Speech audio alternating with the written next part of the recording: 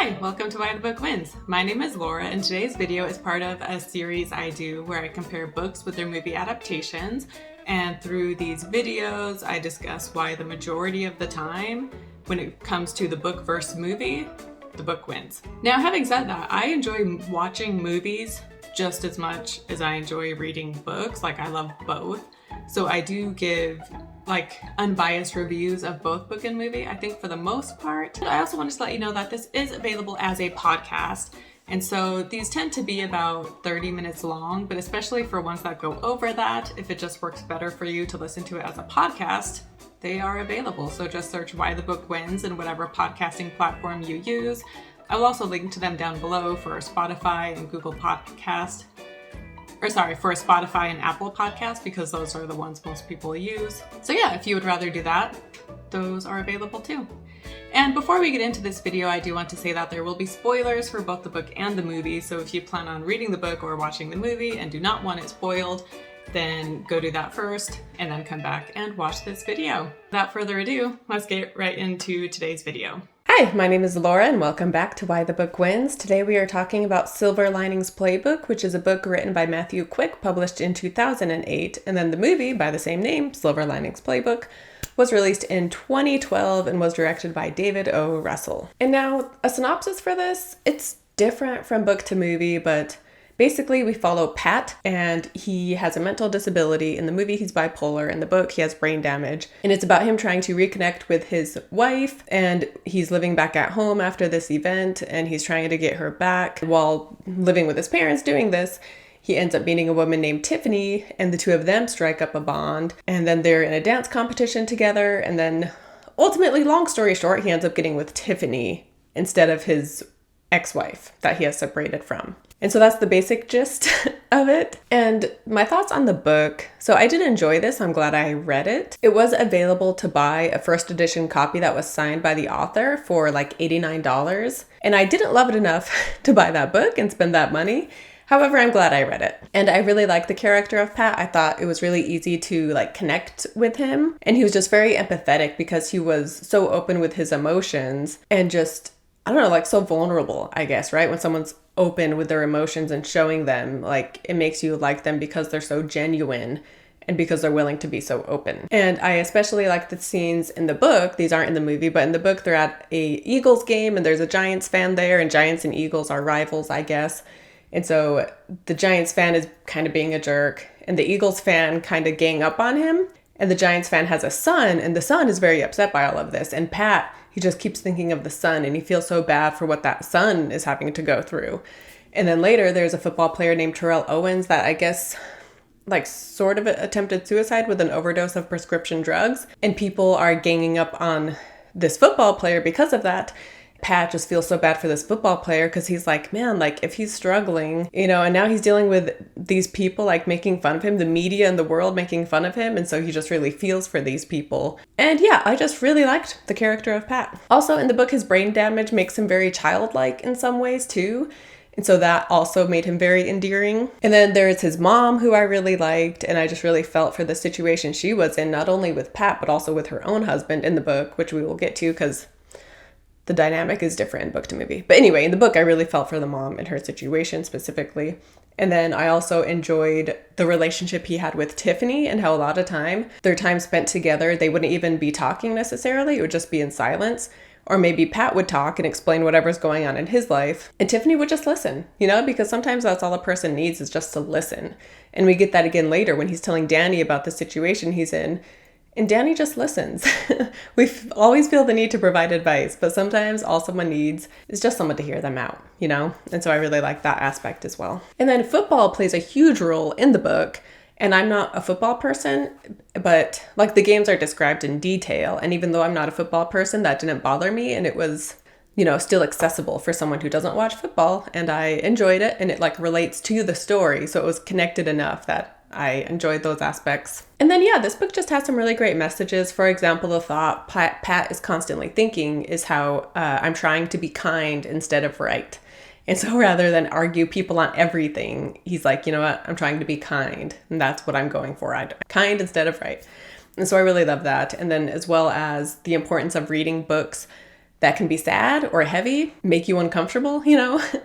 As well as how he's always trying to find the silver lining in life as well. So trying to be positive. So overall, just a lot of really good messages in this book. And so on to the movie, specifically we're going to talk about the acting. We have Bradley Cooper, who plays Pat. And as I said, in the movie, they specifically say that Pat has bipolar disorder, whereas in the book, he just has brain damage and it's more vague as far as it's just brain damage, really. And it's, they talk about how it was above his eye area right there where he was hit and it caused brain damage. That area, they do lobotomies through the eye. So it makes sense that it's affecting him mentally because it's that area, I guess. But anyway, in the movie, they specifically say that he has bipolar disorder. And I listened to the Armchair Expert podcast, which is Dax Shepard, and he has different celebrities on.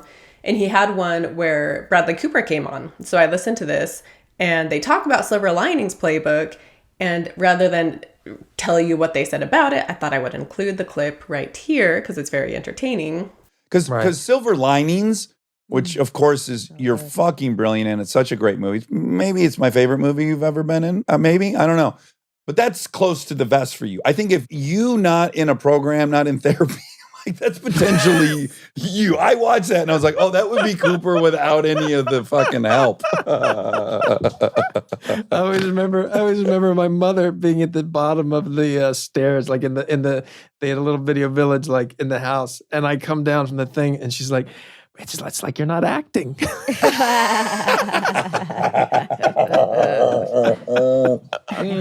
And yeah, that's the only episode of Armchair Expert I've listened to. It's his one with Bradley Cooper, but I highly recommend it. It was really fun and interesting and entertaining and insightful, and you really get a good look into Cooper and Dax Shepard too, because they are best friends. They've known each other for a really long time. But anyway, great episode. I really enjoyed it.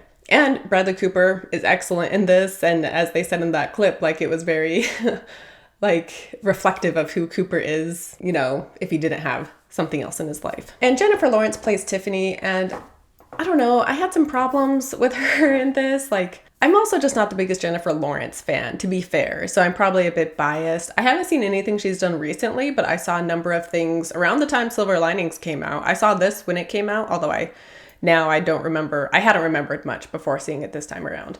But anyway, I did see a number of her movies that came out in the early 2010s, and I just wasn't a huge fan of her. But maybe I should try watching some of her newer stuff and maybe I would like her better. But for a starter, she is way too young. Tiffany in the book was in her 30s, her late 30s. She was older than Pat, whereas Jennifer Lawrence is 21. And her character has been married for 3 years. And she was barely old enough to have even been married for 3 years. And then, I don't know, it sort of seemed like her character, Jennifer Lawrence herself, was kind of sexualized too much with some of the outfits she wore maybe.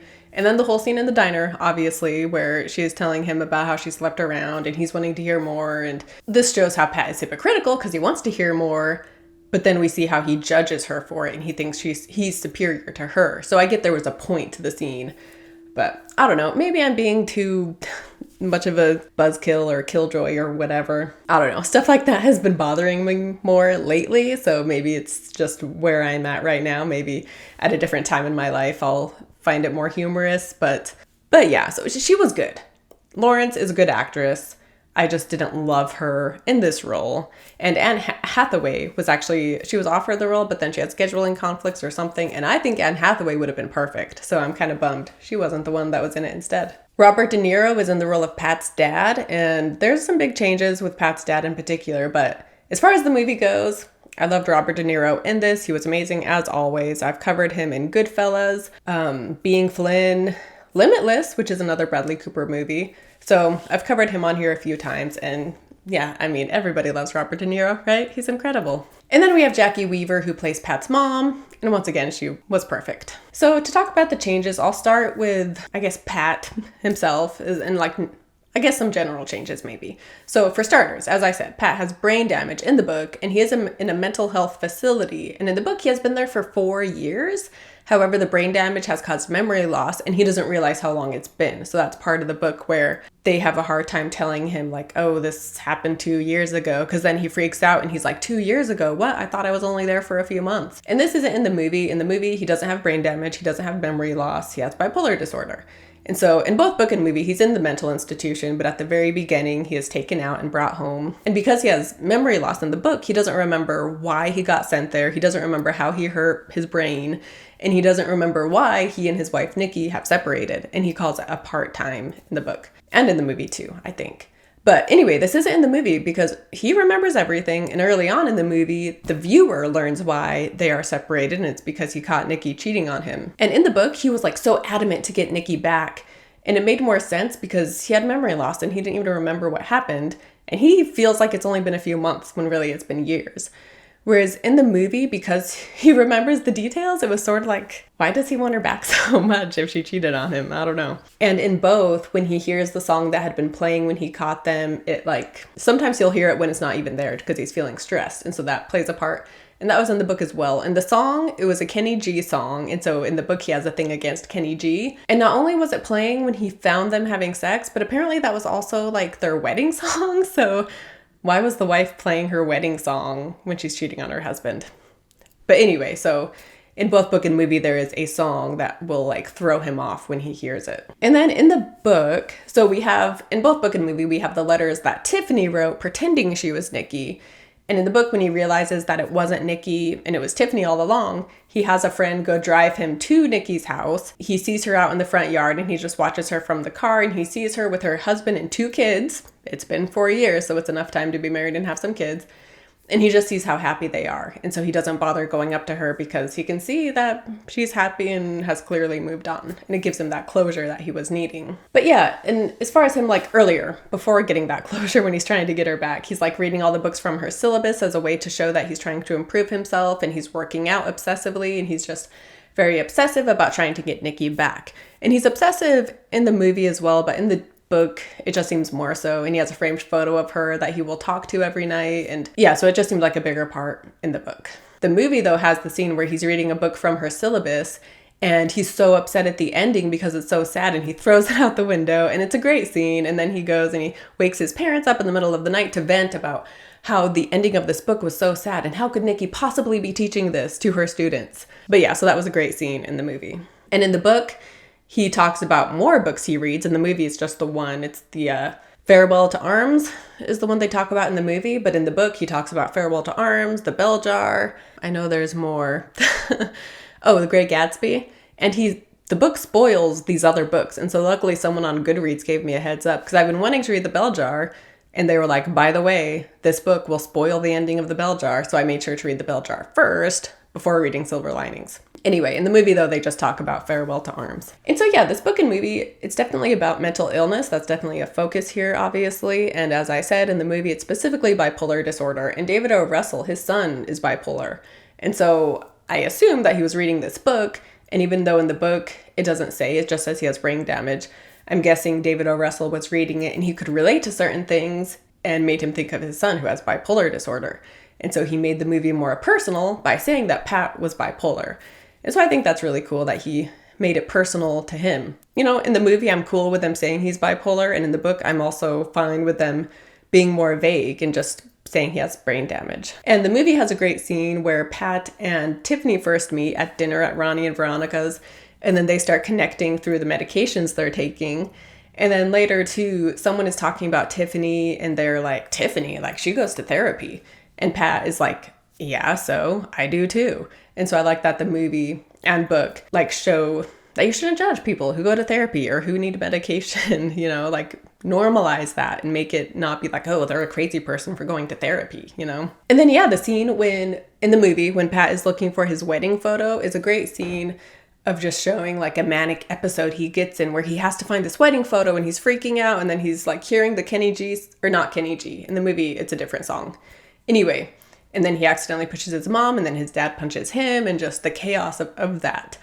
And so that was just a fantastic scene. And in the book, this scene does happen. Like he wakes up from a nightmare with Kenny G. And then the same thing happens where he pushes his mom on accident and then his dad punches him. So that was fairly similar, book to movie. And yeah, both were just great scenes. And there's a line in the book I loved where Ronnie is telling Pat about Tiffany, but he's just giving him like the surface level facts. And then Pat thinks to himself, but he never once tells me what Tiffany thinks or what is going on in her heart. The awful feelings, the conflicting impulses, the needs, the depression, everything that makes her different from Ronnie and Veronica, who have each other and their daughter Emily and a good income and a house and everything else that keeps people from calling them odd. And again, like, this is one reason why I love Pat, is because he's so empathetic and he can hear people say whatever crap about Tiffany, but he knows, he's like, yeah, but they know the surface level facts, but they don't know what was going on with her truly. And so he just has that empathy because he knows based on what he's been through, And then another line I liked, that's along those lines, is about Pat talking about his brother Jake and how Jake can't understand what's going on inside of Pat. And it reads, but of course I do not say this to Jake, mostly because he has never been locked up and doesn't understand what it feels like to lose control. He only wants to watch the football game now, and none of this means anything to him because he has never been married and has never lost someone like Nicki, and he is not trying to improve his life at all because he doesn't ever feel the war that goes on in my chest every single day. The chemical explosions that light up my school like the 4th of July and the awful needs and impulses.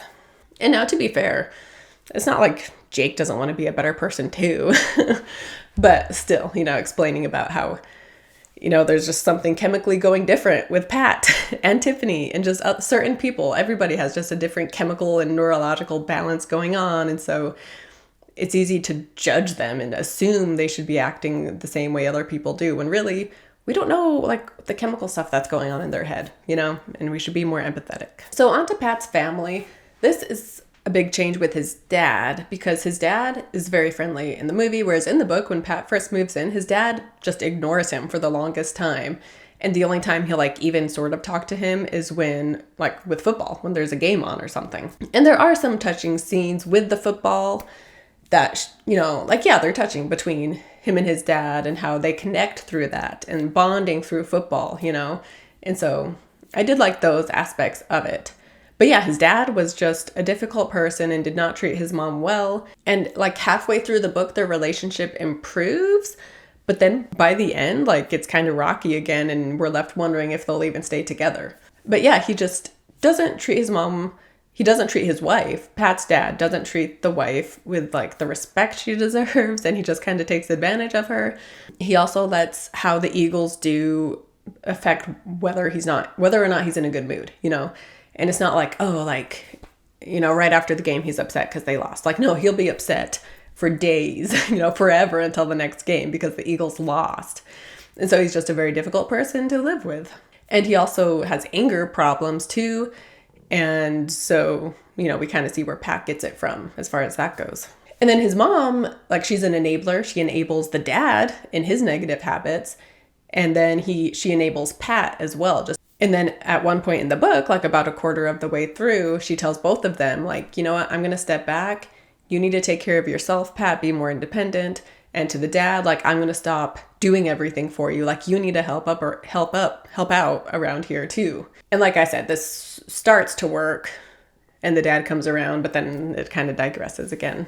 And yeah, I like the mom in both book and movie. And in both, we just see the emotional stress she is under because of what's going on in her family. And we also see Pat's brother Jake, and he's in the movie, but he definitely had a bigger role in the book. Jake and Pat would go to every home game, and yeah, they just spend way more time together in the movie than they do in the book.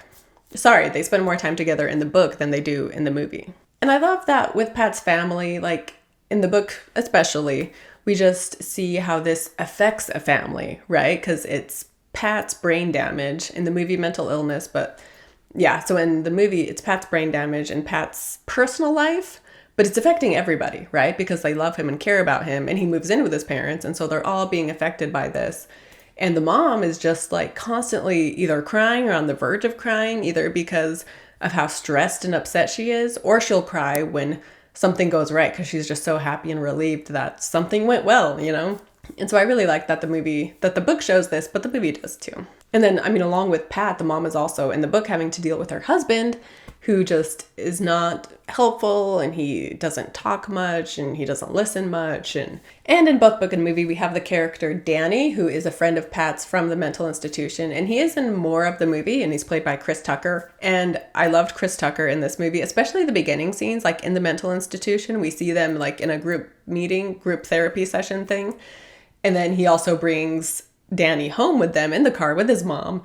And yeah, Chris Tucker was fantastic. And I like that they made the Danny character bigger, because in the book, he's talked about, but we don't actually meet him until like 3/4 of the way through the book. And then we have the characters of Ronnie and Veronica, and Ronnie is a childhood friend of Pat's, and then Veronica is Ronnie's wife. And so they live down the street from Pat's parents, and so they will spend a lot of time with each other. And there was a great scene in the book that was not in the movie where they go to the beach, and Veronica and Tiffany are off doing something else, and then Ronnie falls asleep, and so Pat takes their baby daughter Emily out into the ocean, and he's just kind of having fun with her, and he's just loving it so much, and he's like, wow, like having a baby girl is just so beautiful and amazing, and Emily is the name of the baby, and he's like, oh, like this is just so much fun, and everything's going fine. However, he starts hearing his name being called out, and Veronica's freaking out, and it's because she's mad at Ronnie. She's like, you let him take our daughter out into the ocean? Like, what is wrong with you? Like, you can't trust Pat to do that. And Pat is so hurt because, you know, again, the way people are treated with mental illness or something where, you know, they'll say nice things to your face, but then when it comes down to it, they don't trust you in certain ways, and they don't trust you, I guess, to a certain extent. And so just how heartbroken Pat is that everything was going fine, and yet Veronica was freaking out and didn't trust him with their daughter.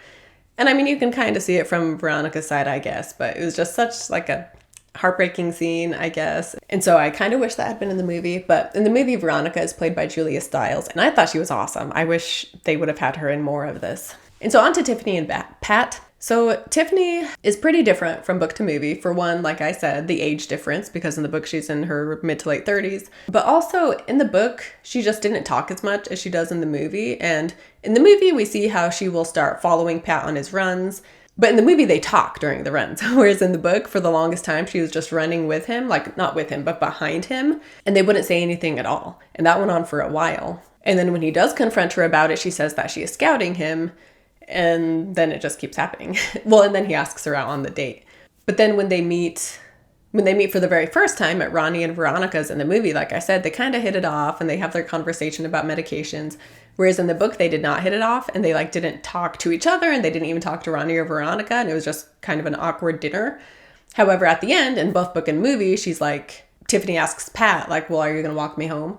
And he walks her home, and in both book and movie, once again, she asks if he wants to come inside, and he says no. And then in the book, like, she hugs him and starts to cry, and then Pat starts to cry too, and they just have this emotional moment because both of them have been through so much, and they both are just crying together. And then after that, they part ways. Whereas in the movie, she invites him in, and he says no, and then, like, she hugs him and starts to cry, but he, like, is just awkward about it, and so then she pushes him away, and then it's over.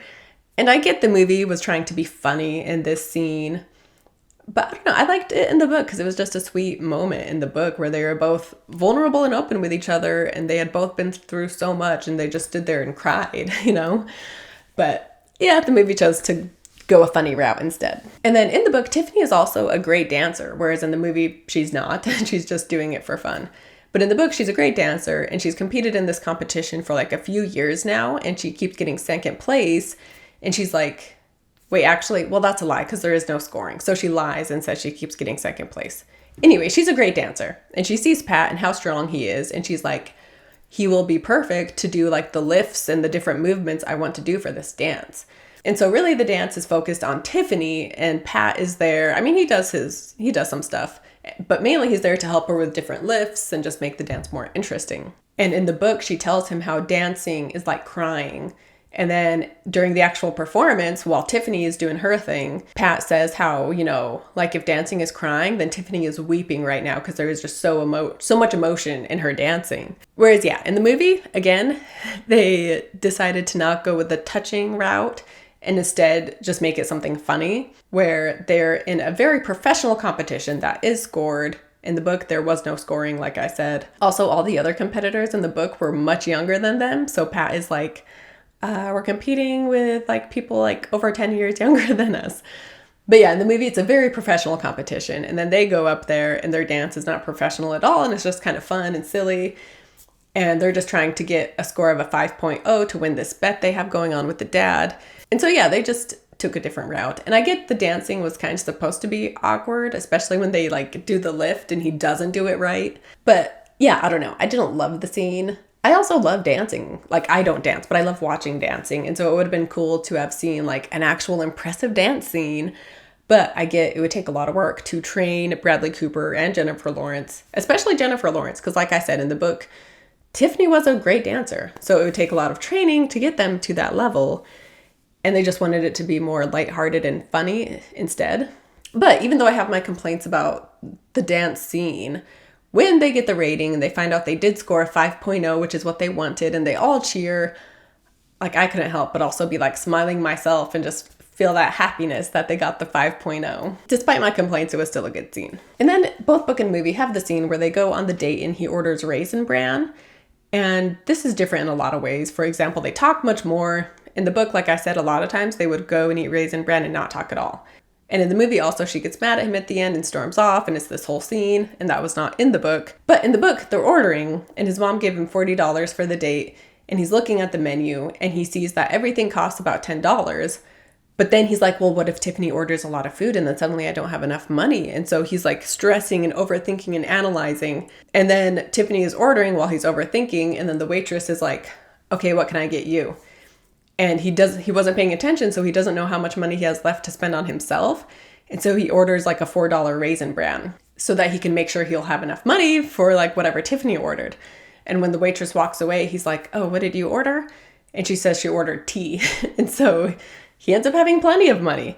And this, I don't know, maybe I didn't describe it well, but I just loved that moment in the book. I don't know, like his analyzing and thinking he's not going to have enough money and freaking out and ordering Raisin Bran only to discover she had only ordered tea. And in the movie definitely changes this because he orders Raisin Bran first and he tells her, I ordered Raisin Bran because I don't want you thinking this is a real date. And she orders tea because he orders Raisin Bran. And she's like, if you're just eating Raisin Bran, then I'll just drink a tea. So they order the same foods, but it's very different from book to movie. And then to talk about Tiffany specifically and her relationship with her dead husband, Tommy. So in the movie,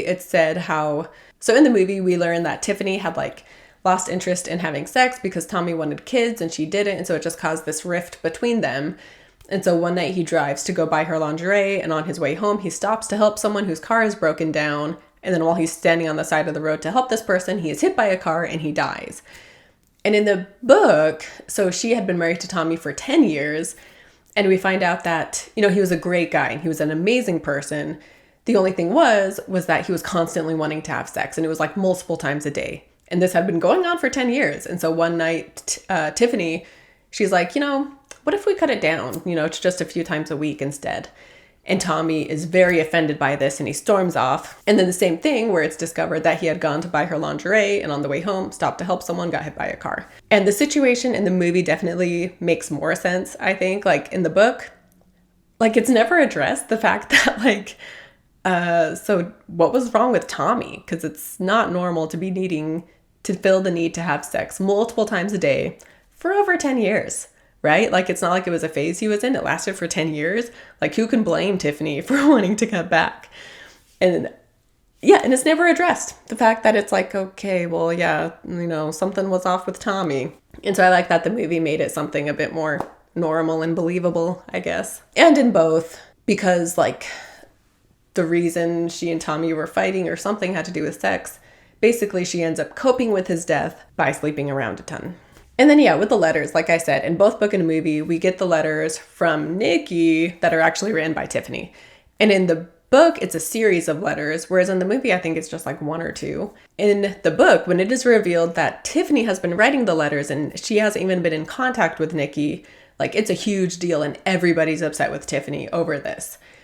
Whereas in the movie, when it's revealed, like Pat finds it out on his own, like he, puts two and two together. And he's like not even upset about it because by then he's realized he's fallen in love with Tiffany anyhow. So that was very different. And in the end of the movie, when, the dance competition is the climax of the movie, which was a good idea. In the book, the dance scene is like 3/4 of the way through. And so there's a fair amount that happens after the dance. But anyway, in the movie, the dance scene is the climax of the movie. And then afterwards, goes up to her and he tells her he loves her. Whereas in the book, in the end, they connect and she says, they tell each other they need, like, I need you instead of I love you, which, I don't mind that. Like, they're being more honest, I guess, on what their relationship is and maybe not ready. Maybe they don't know if they love each other yet, but they know they need each other. So that's something. So I didn't hate it either way. And then also with the dance competition, I forgot to mention that in the movie, Nicki, his ex-wife, or the separated wife, shows up to the dance competition. And I was fine with this in the movie. In the book, that would not have made sense because it's been years. Whereas in the movie, it really had only been a few months. So it made more sense that she would actually show up to the competition. But of course, by this time, Pat already realizes that he's in love with Tiffany. And then in the book and movie, it's mentioned that Pat thinks of life as a movie, but this was a bigger part of the book where he feels like, his life is a movie that God is directing. And so he's like, like any movie, I just need to learn my lessons and grow enough and improve. And then we'll have the happy ending where Nicki will return to me. And there's a few passages I really liked that are kind of along those lines about life being a movie that I wanted to share. And one part is Pat is thinking about silver linings and he's praying to God and he says, because things aren't going great, but he's praying and he says, but I'm glad you still took the time to send Jesus to teach us all about miracles because the possibility of miracles happening keeps a lot of people moving forward down here. I don't have to tell you that I have been working pretty hard on bettering myself since a part-time began. I actually want to thank you for disrupting my life because I never would have taken the time to improve my character if I did not get sent to the bad place, nor would I have met Cliff or even Tiffany for that matter. And I know this journey has been for a reason. And so I like that part, seeing the silver linings in life. And even when things don't go the way you want, and even when things are really hard, it can be hard to see the silver lining in the moment, but at least afterwards you can look back and see the silver lining in events in your life, And then later in a letter Tiffany wrote pretending she was Nicki, she says, life is not a PG feel-good movie. Real life often ends badly like our marriage did, Pat. And literature tries to document this reality while showing us it is still possible for people to endure nobly. It sounds like you have endured very nobly since you returned to New Jersey, and I want you to know I admire that. I hope you are able to reinvent yourself and live out the rest of your life with a quiet sense of satisfaction, which is what I have been trying to do since we parted.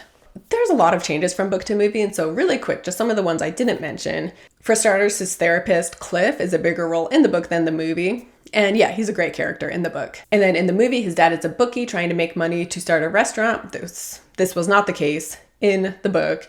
And in the movie, they also make this huge bet because he's a bookie and it involves the game as well as the dance competition, making it for this climactic moment. Also not in the book. And then as I said, Tiffany had slept around a lot in the book, but in the movie, men are constantly hitting on her, and this was not the case in the book. And then, yeah, Danny isn't in the book until 3/4 of the way through because Pat is mugged when he's in Philadelphia, and then he just happens upon Danny's house. So it's just a coincidence that he finally sees Danny again after all this time.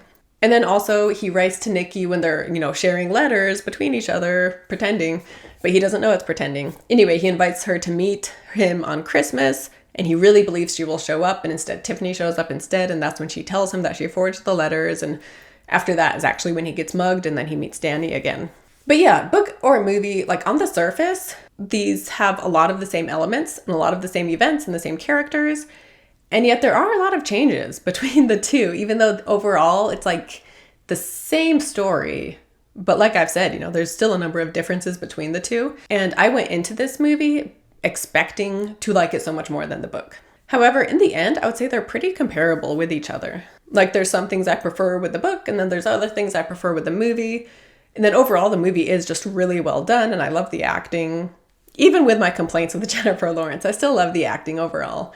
And I do love that both of them are about mental illness, and they're about these serious topics, and yet it's able to have a lighthearted feel to it. It has serious moments, but it's not this heavy movie about mental illness or something, And romance is a bigger role in the movie for sure. Like I said, they even, the ending is about them confessing their love for each other, you know, and the dad telling Pat, like, don't mess up what you have with Tiffany because that girl loves you and you need to go run out there and confess your love to her. And so Pat chases after her and tells her he loves her and whatever. And yeah, that's fine. It's more of a romance. Whereas in the book, there were a lot of other factors going on and the events with Tiffany kind of took a back seat. Although the ending is them two connecting together and him forgiving her and them deciding to be together, at least for now. And I did like in the book that because of his memory loss, we, the reader, also didn't know what had led him to be in the mental institution and have brain damage. And so it kept you reading because you're like, wow, like what happened between him and Nicki? And so I really like that. Whereas, yeah, the movie tells you right from the start. But the book was more about Pat, whereas the movie was more about Pat and Tiffany, you know, and we get scenes from Tiffany's perspective in the movie, which we didn't get in the book really, aside from her letters. So yeah, they kind of shifted the focus in a way, but yeah, ultimately I liked both. Like neither of them are like my new favorite book or movie, but I did enjoy both of them. As far as David O. Russell goes, this movie did remind me of I Heart Huckabees in some ways, but I like I Heart Huckabees even more. So highly recommend that one. But yeah, this was still a fun one and I would recommend it to people, but again, it's, you know, not like my new favorite book or movie by any means. And anyway, I guess that wraps it up on Silver Linings Playbook. So thank you for watching this video. Comment down below your thoughts. I keep meaning to come up with like a specific question to ask people so that you can answer it in the comments on my YouTube video, but I forgot to come up with a question. I don't know. I guess just let me know your thoughts. And join me next week when I will be talking about The Hustler, which is a novel by Walter Tevis. And then the movie stars Paul Newman, George C. Scott, Piper Laurie, Jackie Gleason. And I have a guest for that episode, and it is my dad. So make sure you tune into that one. It is very special and sentimental too. And it's just awesome to have my dad on my podcast. But yeah, don't forget to like and subscribe, and I will see you next time. Bye.